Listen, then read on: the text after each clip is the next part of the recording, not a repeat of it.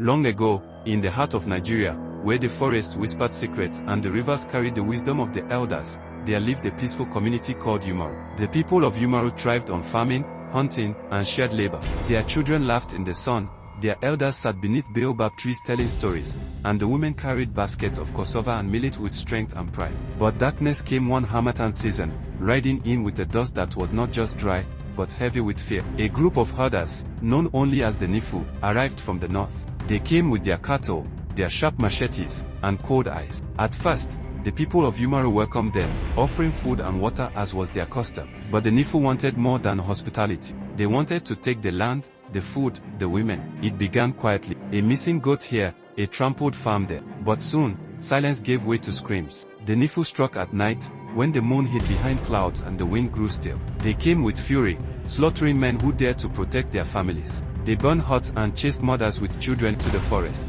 The women of Umoru, once proud and strong, were violated and dragged into the bush like game. Cries of anguish filled the night air, only to be silenced by threats of death. Children were not spared. Some were taken, others killed before their mothers' eyes. The village that once sang songs of harvest now wept and buried their dead in shallow graves. For weeks, Umoru was held captive in terror, praying to the gods for deliverance. But every evil has its end, and so did the terror of the Nifu. Among the women who had suffered was Adaobi, a midwife with wisdom passed down from her grandmother. Though broken in body, her spirit blazed like fire. She gathered the remaining women and taught them herbs that numbed pain and poisons that could kill silently. She hid blades in baskets and trained young girls to move through the forest like shadows. Then came the day of the festival of Ijuwa, when the villagers, though grieving, gathered secretly to honor the dead. It was then that the Nifu, believing the village fully under their control, decided to celebrate their own twisted victory. Drunk on palm wine and pride, they danced around fires, mocking the people they had broken. But Adaobi had a plan.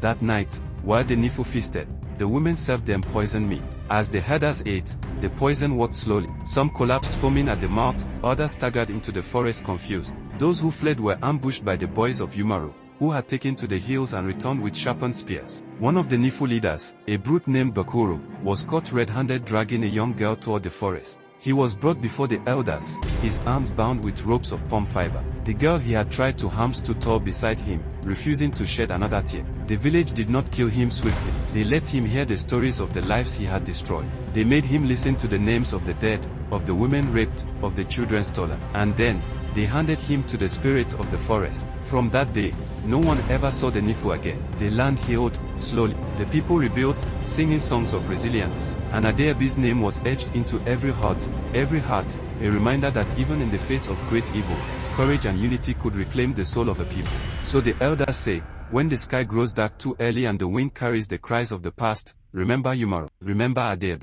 Remember that the spirit of a people cannot be broken, not by blade, not by fire,